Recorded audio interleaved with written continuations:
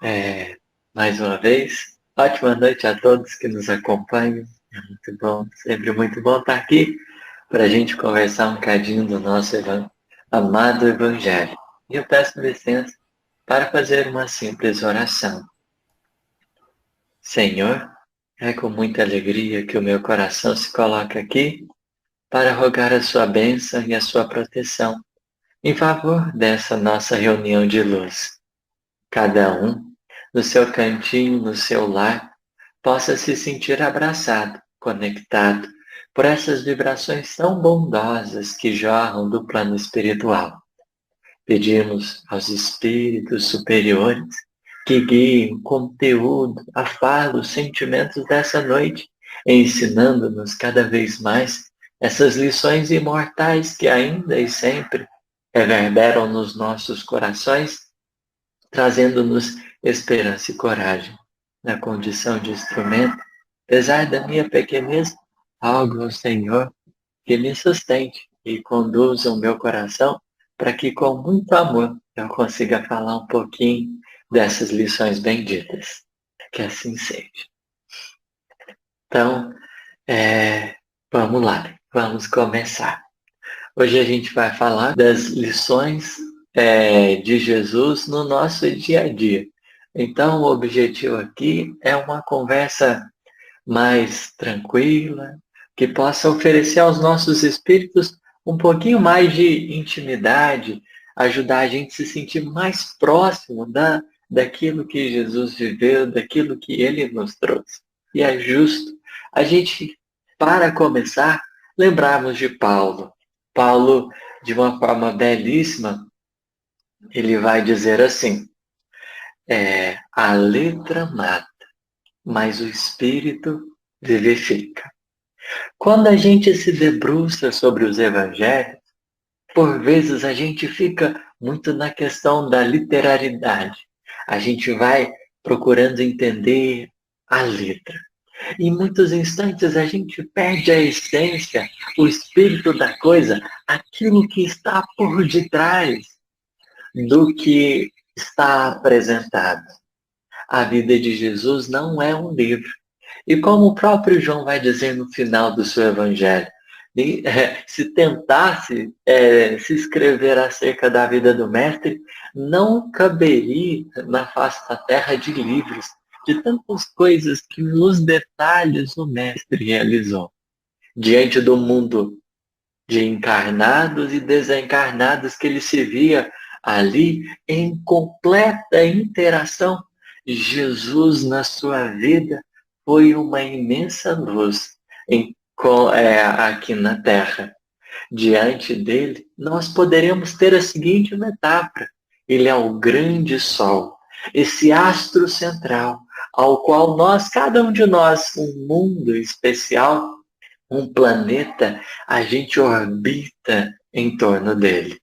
É a partir da claridade do seu amor e da sua bondade que nós conseguimos ter vida. E nele havia vida. E nele havia vida. E nessa vida a gente encontra a luz. E essa luz é a luz dos homens. É a luz dos nossos espíritos e dos nossos corações. Quando a gente pega as narrativas, é preciso, muito além de nos depararmos com um monte ali de letras, a gente procurar se conectar com a essência. Porque, em verdade, a letra, ela vem depois da vida de Jesus. Como, por exemplo, é preciso a gente ter em vista que todo livro espírita que tenha informações seguras, né? Ele é um conjunto de informações que traduz algo que já existe, algo que já está posto. O espírito vem antes da letra. Por isso, se a gente se apegar a tão somente a letra, a gente fica morto, a gente perde a beleza, a grandiosidade daquilo que nós estamos diante. E quando isso é um conselho para tudo aquilo que a gente vai analisar, por exemplo, o livro dos Espíritos. Se a gente ficar em muitas discussões por causa de uma palavrinha ou de outra, por vezes a gente perde a essência daquilo que pode ser mais importante, daquilo que fundamentalmente pode auxiliar, nos instruir com maior beleza, que é aquilo que está por detrás. É a essência que vive por detrás de toda letra. A essência que sobrevive a tudo, a todas as condições materiais. A vida de Jesus, descritas nos evangelhos, são recortes que vão partir de recordações. No caso de Mateus, nós teremos o próprio evangelista Levi, que é conhecido como Mateus, que vai ali falar um pouquinho das suas recordações, das suas experiências com Cristo. Ele que conviveu um cadinho bom com o mestre, vai escrever muitas coisas, mas com um sentido específico. Ele vai a todo momento fazer referências ao Antigo Testamento, que o objetivo dele é mostrar ali o cumprimento das profecias antigas. O Cristo era o enviado. Nós vamos ter Marcos, que vai escrever a partir das recordações de Simão Pedro, já que o próprio Marcos ele não convivera com Cristo diretamente, mas ele convivera bastante com Simão, por isso mesmo ele vai colher ali dessas experiências, um evangelho mais ligeiro. A gente vai ter Lucas, que vai escrever o seu evangelho com base nas memórias de Maria. Era Paulo que queria escrever, só que aí Paulo vai ser chamado a outros objetivos, né? Ele vai ter que cumprir outros objetivos. Aí ele fala, Lucas, vai, faz isso. Colhe de Maria as vibrações mais puras, as recordações mais sublimes e traz algo que possa servir a toda a gente. O Evangelho de Lucas é o Evangelho para todos. O Lucas era uma pessoa bem instruída, né? E traz informações ótimas ali, partindo desde o nascimento do Cristo até a sua despedida. E a gente vai ter João com a sua linguagem altamente simbólica, carregada de significados, falando ali de episódios muito importantes da vida de Jesus. Cada um desses corações, na sua visão, na sua perspectiva, vai procurar trazer alguma coisa do Mestre. Não para que a gente abrace o texto e fale, aqui está Jesus, mas que a partir dela a gente possa ser impulsionado para procurar a presença do Mestre, para desfrutarmos a partir desse nosso esforço interior de penetrarmos essa essência dos textos para que a gente esteja mais pertinho do Mestre. E há trabalhos notáveis que vão surgir de forma singular, como o conhecido miudinho ou estudo minucioso do Evangelho, que vem procurar extrair esse espírito que está posto entre as letras para que os nossos corações eles tenham condições de sentir um cadinho desse magnetismo divino que nos abraça com tamanho amor e que nos conduz com infinita verdade.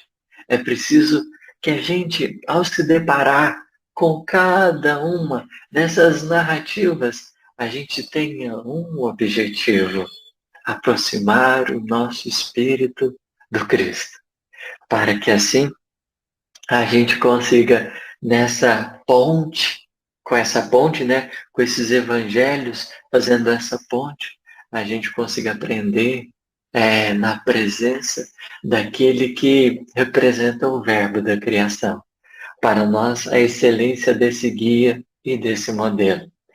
E um dos objetivos, ao pegarmos uma das estratégias que a gente tem ao nos debruçarmos com as escrituras, é começar a pensar na serventia que elas possuem para os nossos tempos presentes, para o nosso dia a dia.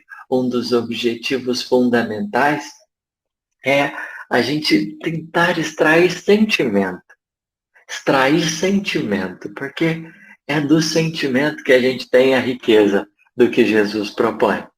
Viver a vida, vamos dizer assim, as experiências, elas são quase sempre a mesma para todos. A gente passa por coisas mais ou menos parecidas, e nesse particular, o que vai diferir as nossas vidas é como a gente tem vivido. Como Jesus viveu a vida que ele teve enquanto encarnado, foi de tal forma expressiva que reverberou e ainda reverbera até os momentos presentes no nosso psiquismo, falando-nos de algo maior que nos cabe direcionar o nosso olhar. Mas Jesus não vive uma vida mística, ele vive o dia a dia, o cotidiano, está ali com o pessoal, caminha de um lado para o outro, tem as suas refeições aí com a galera, interage com o pessoal, e vive essa vida, mas na simplicidade daquilo que ele traz, ele passa a ser notado, porque era uma vivência carregada de amor. Era uma vivência carregada de amor. Ele fazia com que as experiências elas tivessem um sentido mais profundo. Jesus não era superficial. E porque ele não era superficial, torna-se extraordinário tudo que ele faz. Quando, na verdade, ele fez o simples. Ele fez o simples. Porque ele não demonstra toda a sua grandeza diante de nós. Ele vive o simples. E a partir do simples, ele vai entregando presentinhos de luz. Em cada passagem, a gente vai encontrar esses presentinhos de luz, onde a gente vai poder aprender demais da conta. Onde a gente vai poder aprender demais da conta. E é justamente essa disposição de aprender que nos ajuda a conectar os nossos corações diante da intimidade do Mestre. Por exemplo, vamos pegar algumas passagens agora para a gente ilustrar, para a gente pensar nelas assim, na nossa vida, na nossa jornada, né? Quando a gente observa no capítulo 5 do Evangelho de Lucas, por exemplo, há um episódio chamado A Pesca Maravilhosa, onde a gente vai ter Mateus e Marcos também comentando acerca desse fato. Jesus estava ali, às beiras, às cercanias do Lago Genezaré. Ele se movimentou bastante ali naquela proximidade, porque era mais ou menos assim. A gente tinha esse chamado Mar da Galileia e no entorno tinha um monte de cidadezinhas, porque são cerca de 12 a 15 quilômetros de extensão que esse lago tinha. Então, era um lago muito importante, visto que muitas pessoas dependiam dessa pesca, e ali era, assim, bastante movimentado. Então, Jesus utiliza esse ponto aí para ensinar bastante. E numa dessas oportunidades, a gente vai vê-lo, então, ali perto, e próximo a ele nós teremos Simão. Simão Pedro. Simão que vai ganhar o título de Pedro, né? Pedra, a pedra sobre a qual, a rocha sobre a qual Jesus assentaria sua igreja. Estava ali Pedro, que era um pescador conhecido, que ele já vinha de uma família com essa tradição, e ele tinha um conhecimento muito bom. Só que ele estava um tanto que triste por causa que ele tinha trabalhado a noite toda e não tinha apanhado nada. Só que Jesus fala para ele assim: Simão, faze-te mais largo e soltai as vossas redes para pescar. Aí Pedro, que tinha uma certa experiência, né? Ele vai falar: olha, já tentei, eu já tô ciente disso tudo.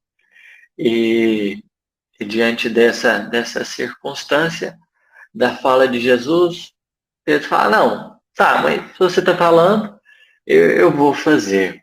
E Pedro vai e realiza o que Jesus pede, e de certa forma, a partir daquilo ali, ele tem uma surpresa. O que ele achava que não iria encontrar nada, de repente as redes, elas se enchem de tanta gente.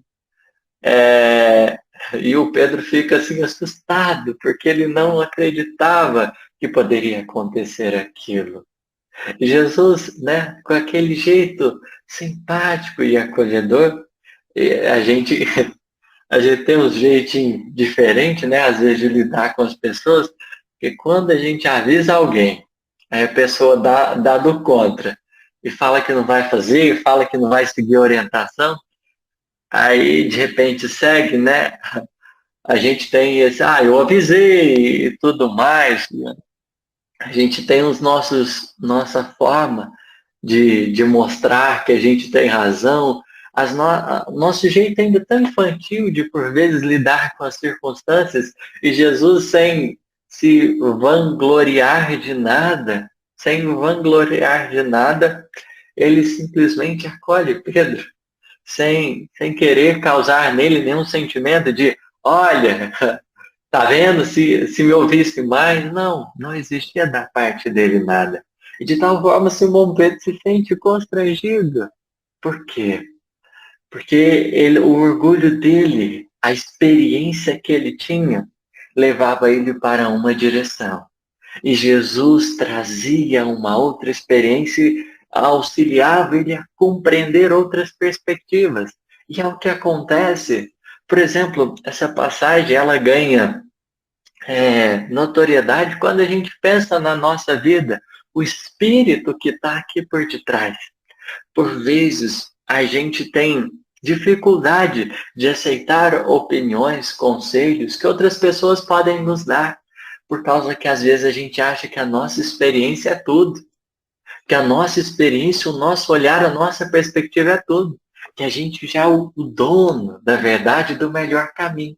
E a gente deixa de aprender. Isso pode acontecer no caso de relacionamento afetivo, né? Às vezes essas disputas que acontecem para ver quem tem mais razão, e às vezes se a gente começar a trabalhar e aprender um cadinho, olha Pedro aqui, olha o que acontece com ele. Ele raciocina com a experiência dele, mas ele decide tentar. E é também um ótimo incentivo para a gente começar a pensar, para a gente começar a pensar em abrir um pouquinho a nossa alma. Às vezes a gente está tão fechado. Isso, a gente se fecha por muitos motivos. Às vezes a gente está muito machucado, aconteceram coisas, outras, né, que às vezes vão nos levando a desconfiar, a gente se distanciar um cadinho de alguém, e a gente vai se fechando, só que esse movimento de fechamento, ele nos priva de muita coisa que pode nos ajudar.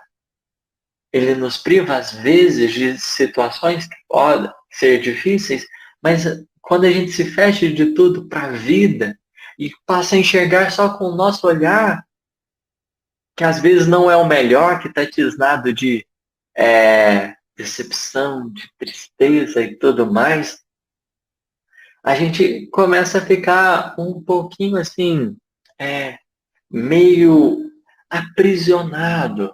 E há pessoas que vêm nos libertar desse estado para nos mostrar que, às vezes, num certo ponto, vão existir outros caminhos excelentes, outras oportunidades melhores. O que a gente precisa alimentar é essa disposição de aprender. Disposição de aprender. Compreendendo que, mesmo com toda a nossa experiência, há pessoas que podem nos ajudar com caminhos mais excelentes do que os que a gente poderia imaginar. A disposição de aprender independente de idade. Não importa se é uma pessoa mais novinha ou mais velha. O objetivo essencial é essa disposição de aprender.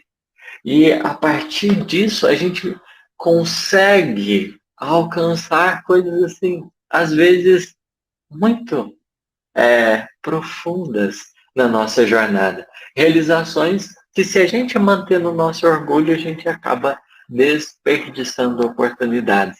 Porque Pedro poderia ter continuado o quê? Um tanto que triste e abatido. Um tanto que triste e abatido. Mas, todavia, entretanto, ele resolve, mesmo ali, meio ressabiado, né? E a gente tem disso, a gente fica meio assim, mas a gente precisa fazer um pouquinho para abrir as portas desse nosso coração, da nossa mentalidade, para aprender. Eu já cheguei até certo ponto, mas a vida é uma lei de progresso. Ensina-nos os espíritos que a evolução é o infinito, visto que nós somos imortais. A gente não vai morrer, então vamos continuar aprendendo sempre. E o que nos caberá verdadeiramente é esse melhor cultivo dessa disposição de aprender. E se a gente fosse observar, olha o quanto que é curioso, né? Cada discípulo representa, vamos dizer assim, um tipo de personalidade. E às vezes a gente vai se identificando e vai observando. É preciso retirar de tanta letra, é preciso aproximarmos desse espírito e sentir mais perto, começar a recriar isso na nossa vida e na nossa jornada, para que essas passagens são palavras de vida eterna, porque tudo que Jesus faz é derramar essa verdade divina, esse amor abundante sobre os nossos passos, sobre os nossos passos. Mas não para por aí, né? Vamos em mais outra passagem. Jesus na casa de Zaqueu. É uma passagem muito boa também,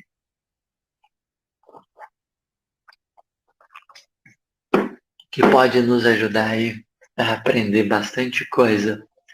Jesus estava atravessando Jericó, uma cidade muito importante daquela época, que era conhecida, bastante conhecida, né?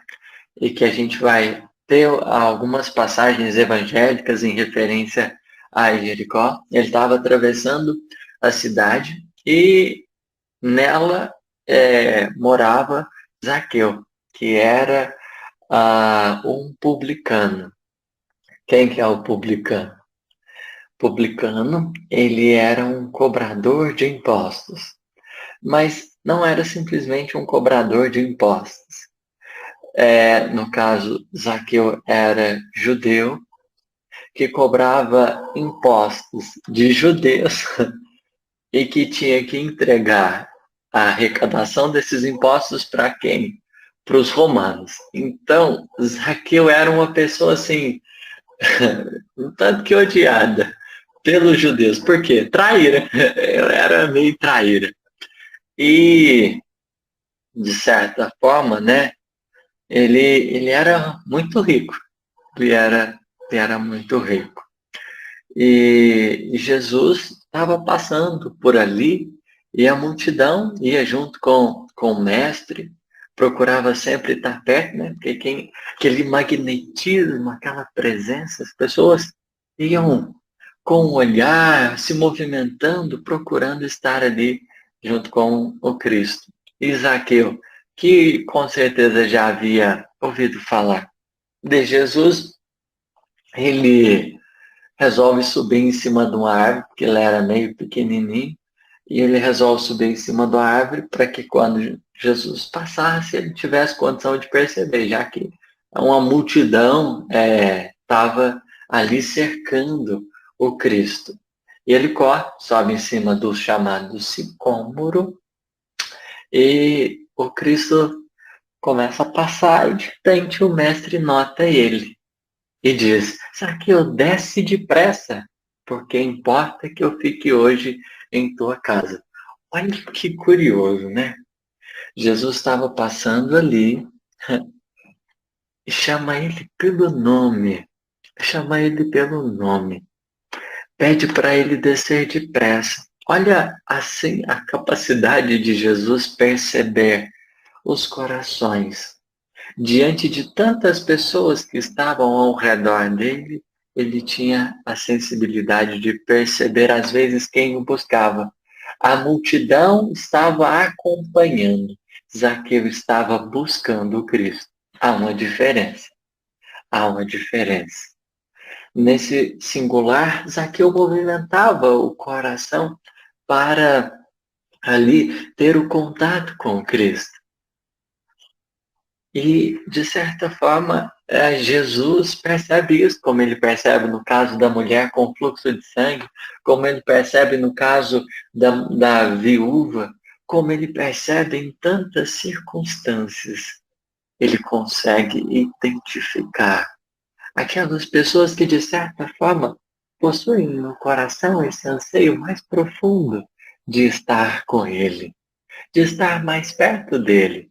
E é uma lição muito boa, porque a gente, às vezes, envolve numa visão de Jesus que torna-o inacessível. E, assim, as autoridades, se a gente pensar aqui na Terra, né? Às vezes, quem vai tendo muito poder, quem vai ficando muito famoso, vai ficando o quê? Inacessível. Inacessível. Então, vai ficando cada vez mais difícil ter acesso a determinada pessoa. A estar ali na presença, a desfrutar um bocadinho da companhia do outro. Olha o tanto que Jesus é acessível.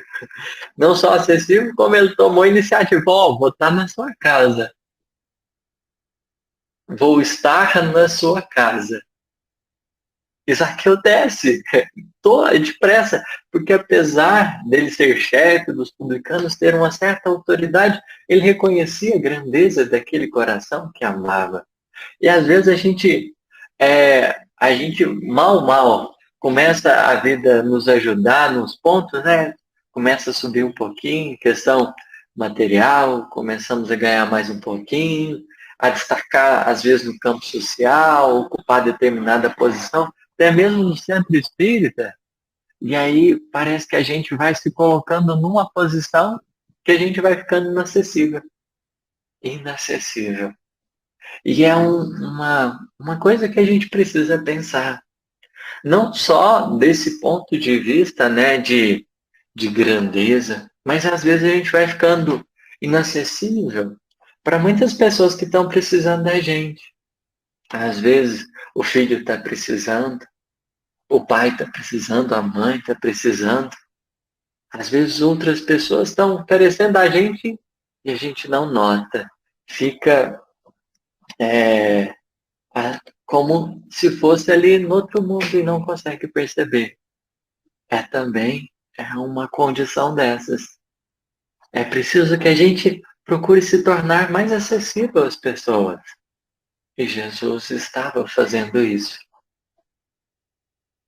Às vezes tem pessoas que querem ficar perto da gente, a gente dá um jeitinho de afastar. E de repente, quando a gente menos espera, as pessoas às vezes querem tomar outros caminhos, escolher. E a gente faz o quê? Às vezes fica contrariado com o outro. E fala mal do outro. Porque o outro decidiu partir, mas e o quanto a gente está se fazendo acessível para que os outros encontrem em nós esse aconchego? Olha a iniciativa de Jesus. Ele teve essa sensibilidade. Ele teve essa sensibilidade. Que é também essa lição importante para a gente começar a reconhecer aí esse grau de conexão que às vezes a gente tem em relação às pessoas. Em relação às pessoas. Isso em relação a todo mundo, né? A gente vai vendo no movimento espírita muitas pessoas crescendo. E aí é importante a gente ter em vista, conforme o Chico nos trazia bondosamente. O Chico, quanto mais ele foi crescendo, mais acessível ele foi se tornando, do ponto de vista que ele abria mais o coração. É claro que Foi chegando uma época da vida que o corpo inteiro já estava judiado e foi tendo que limitar, mas foi uma pessoa que fez o possível para ser acessível aos outros, para oferecer ali as condições para que o outro esteja mais próximo. Ele criou pontes. E Jesus se torna acessível, né? Se torna acessível. E o pessoal ali ficou em torno que estava observando a situação, ficou bravo com a circunstância. Ué, mas ele tá indo hospedar na casa de um pecador, né? E aí entra muita questão dos preconceitos hoje em dia, em relação aos grupos minoritários da sociedade. Às vezes, quando a gente procura acolher eles, muitas pessoas, outras que ainda estão destituídas dessa, dessa sensibilidade, às vezes pode criticar, tomar posicionamentos é, difíceis aí, mas olha a lição, da acessibilidade. Não nos tornemos inalcançáveis, mas façamos o possível para estender o nosso coração. Porque às vezes pessoas que são muito julgadas, né, e que a gente acolhe, elas com o amor podem ser impulsionadas a uma grande transformação. Zaqueu, ele se decide. Às vezes a gente se torna inacessível aos outros por às vezes falar assim, já fiz de tudo, já investi demais. E sem perceber a gente vai se colocando numa posição que pode ser meio complicada. E se a gente resolve investir um pouquinho de amor de verdade, às vezes esse combustível novo, ele dá uma impulsionada para uma renovação importante. Dá uma impulsionada para uma renovação importante. A gente vai ver, por exemplo, em outras passagens, além dessas que a gente já citou, a, a, última, a última ceia, nosso tempinho já está findando, né? Já vamos caminhando para isso. A gente pode ver na última ceia, Jesus iria partir e imaginemos assim, quando mãe, pai vai partir, tem criança em casa, pequena, por exemplo, e aí precisa deixá-las prontas, ou organizar as coisas, porque às vezes vai para o trabalho, vai fazer alguma coisa e as crianças vão ficar e o pai vai ter que partir. É uma situação desafiadora, porque às vezes as crianças assim, ainda estão muito apegadas, ainda não sabem lidar com essa questão da partida, e é um momento assim de indecisão, de choro. E aí acontece o que? É uma situação mais que, por exemplo, pai e mãe quando vai levar filho na escola, nossa, tem uns que às vezes dá um trabalhinho danado, principalmente nos primeiros anos, até acostumar com essa ideia, até ver, reconhecer a escola. E olha que situação curiosa essa última ceia. Jesus teria que partir, ele alimenta, ele lava os pezinhos dos discípulos, ele dá de beber para eles, ele cuida com esse carinho fraterno. Ele cuida com esse carinho fraterno e depois se despede dele. E depois se despede deles. Para continuar, né, os objetivos santos. Mas ele volta, né? Igualmente pai e mãe falam, vou voltar, ele volta, porque ele estará conosco até a consumação dos séculos, como fez. Ele tem que assumir o compromisso dele, assumir o compromisso dele diante do testemunho da crucificação, mas depois volta, e volta com o mesmo carinho. Paz seja convosco, vai dizer aos discípulos. porque da parte do Cristo jorrava aquele desejo perene de amar. Jesus é acessível. Olha para vocês verem, Jesus poderia ter desencarnado e falar assim, opa, estou livre, ótimo, agora eu já posso voltar para meu lugarzinho, mas o Cristo é acessível. Então, ao invés de ficar com os amigos dele lá os espíritos críticos, ele faz o quê? Ele volta e vem ficar com os amigos que ele fez aqui na Terra. Porque a amizade é um amor muito, muito precioso, que Jesus ensinou a gente por meio dos discípulos. Na Santa Ceia ele ainda diz assim, já não vos chamo servos, porque o servo não sabe o que faz o seu Senhor, mas vos chamo amigos, porque tudo quanto aprendi de meu Pai, nos tem ensinado.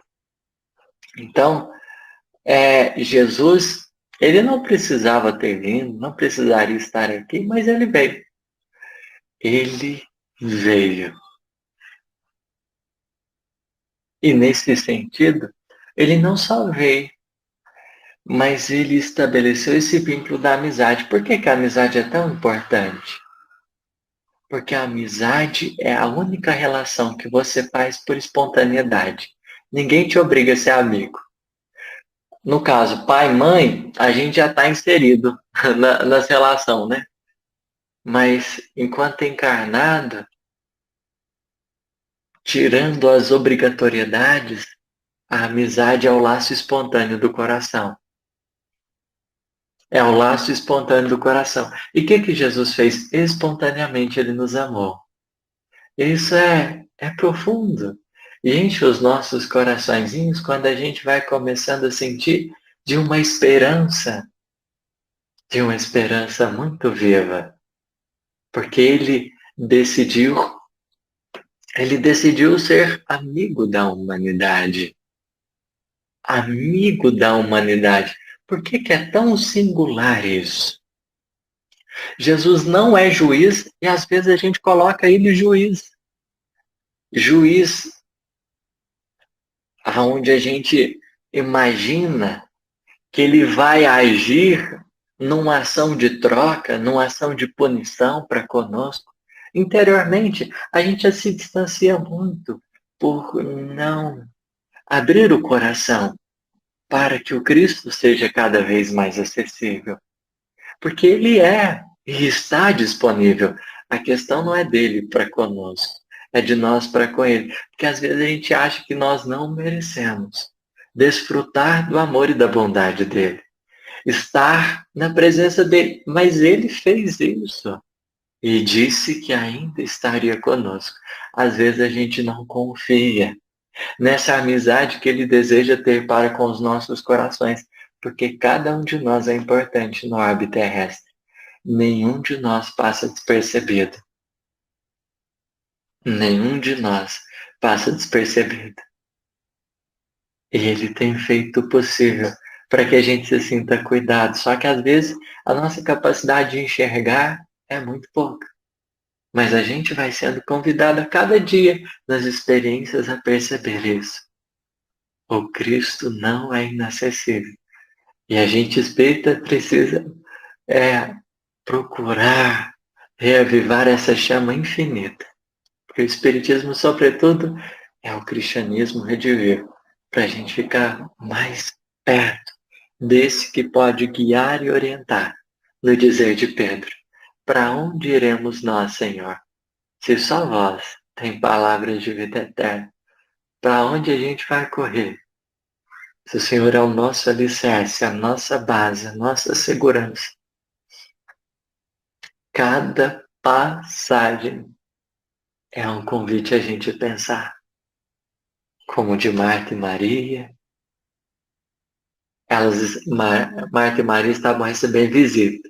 Marta continuou fazendo o que precisava. Maria atende a visita. Olha, vê se isso não é uma lição do nosso cotidiano. Às vezes a gente recebe visita na nossa casa e a gente não faz praça, não faz sala, não sei como que é a expressão mais próxima de vocês, mas não abre o coração. Não, naquele momento não cultiva o afeto. Essas lições, elas precisam ganhar mais substância. Mais substância. Jesus vai orar no horto, chama três pessoinhas que para ele eram muito importantes. A gente também tem as nossas pessoinhas que a gente consegue se sentir seguro na presença delas. Todo o Evangelho é uma luz inextinguível que dialoga com as nossas vidas. Não é uma vivência impossível, é uma vivência acessível. A questão é essa disposição. Eu quero estar mais próximo do Cristo. É uma decisão íntima de começar a construir com base nesse modelo divino. Obrigado a todos vocês. Que Jesus nos abençoe.